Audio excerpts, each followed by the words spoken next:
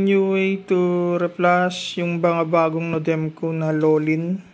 Ayan, Lolin. This one is dito tayo sa flasher.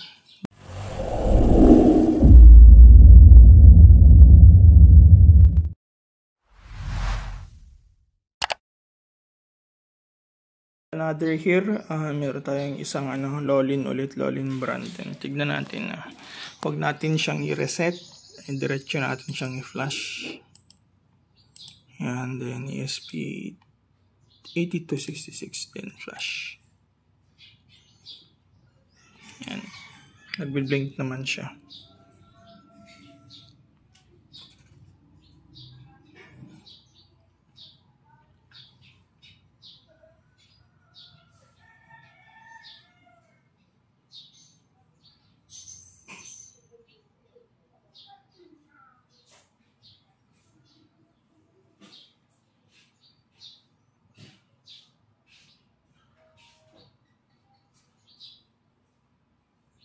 And yan, tapos na, pero look, nagbi-blink pa rin siya.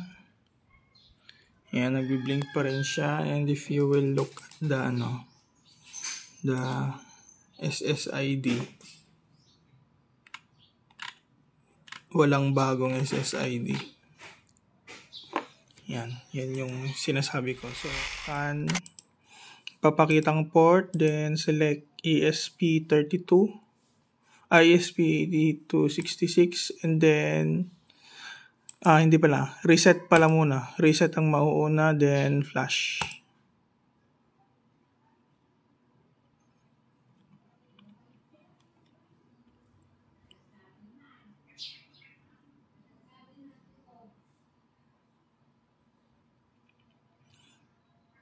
Yan, after flashing is blank na siya.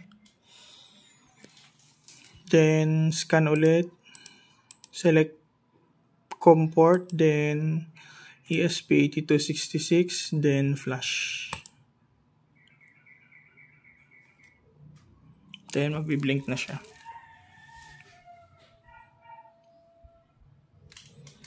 Then wait to finish.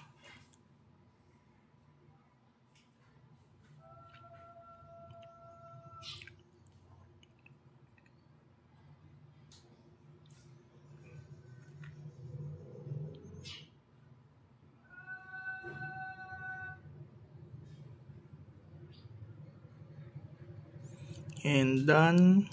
Earn up to $30 per 1,000 clicks on linkforties.net. Launch now. Then lalabas na dito lalabas na yung MiFi 5 dito.